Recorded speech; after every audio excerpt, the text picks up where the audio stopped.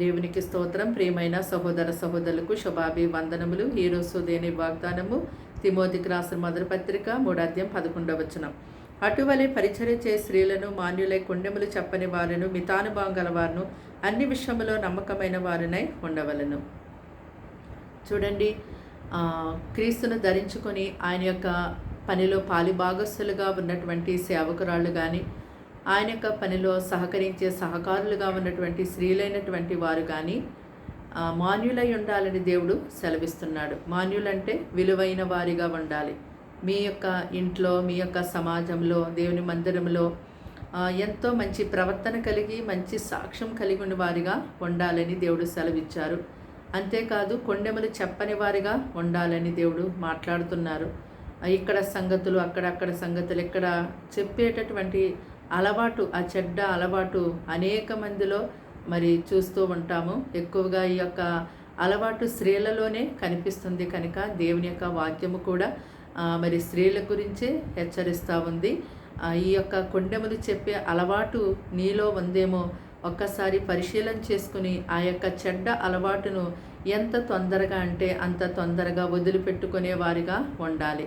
మరి కొంతమంది పురుషులలో కూడా నేను చూశాను, ఇక్కడ సంగతులు అక్కడ చెప్పేవారిగా ఉంటారు.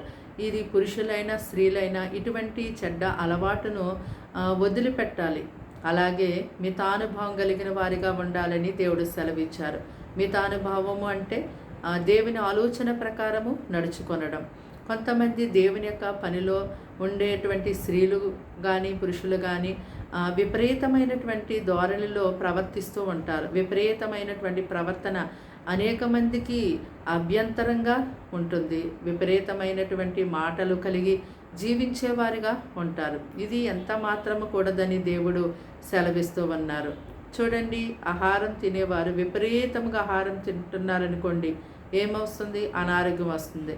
అలాగే మరి బండి మీద వెళ్తున్నప్పుడు స్పీడ్గా విపరీతమైన స్పీడ్లో వెళ్ళిపోతున్నప్పుడు ప్రమాదం జరుగుతుంది.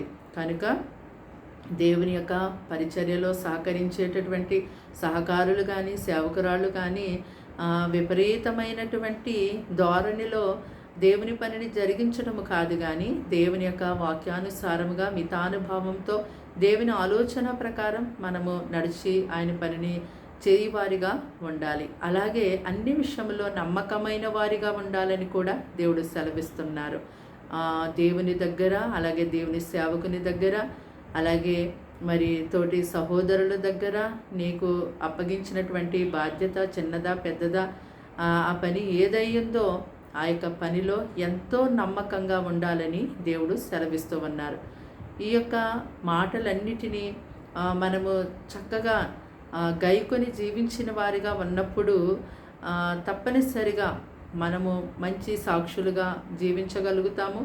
అలాగే దేవునికి ఎంతో మహిమ, ఘనత, ప్రభావము కలుగుతుంది. ప్రార్థన. దేవానికి వందనాలు, స్తోత్రాలు, స్తుతులు తండ్రి. మాటలు వింటున్న నీ బిడ్డల్ని మీ రక్తంతో కడిగి పవిత్రపరిచి పరిశుద్ధపరచండి. మంచి ఆరోగ్యమును వారికి ఇవ్వండి. వారికి రక్షణ ఇవ్వండి. వారు ఎటువంటి విషయంలో తండ్రి బాధతో చింతతో జీవిస్తున్నారో చూస్తున్న దేవుడు కనుక ఆ చింత బాధ నుంచి వారిని విడిపించండి. వారిని ఆదుకొనండి, ఆదరించండి. వారిని వారి కుటుంబాల్లో సంతోషము, సమాధానము, నెమ్మదిని దాయిచ్చండి. వారిని వారి పిల్లల్ని గొప్పగా పోషించండి. ప్రతి ప్రమాదం నుంచి, దుష్ట వ్యాధుల నుంచి వారిని తప్పించండి. అయ్యా, ఈ దినమంతా కూడా మీరే వారికి తోడయ్యుండి ఆహారం లేక నీళ్లు లేక అల్లాడిపోతున్న ప్రజలకు మంచి ఆహారము, నీటిని ప్రభా అయ్యా వారికి అనుగ్రహించమని, నెమ్మది, సమాధానం మా రాష్ట్రాల్లో, మా యొక్క దేశంలో గొప్పగా దయచేయమని యేసుక్రీస్తు నామములో ప్రార్థన సమర్పించి అడిగి వేడుకుంటున్నాం తండ్రి. ఆమేన్.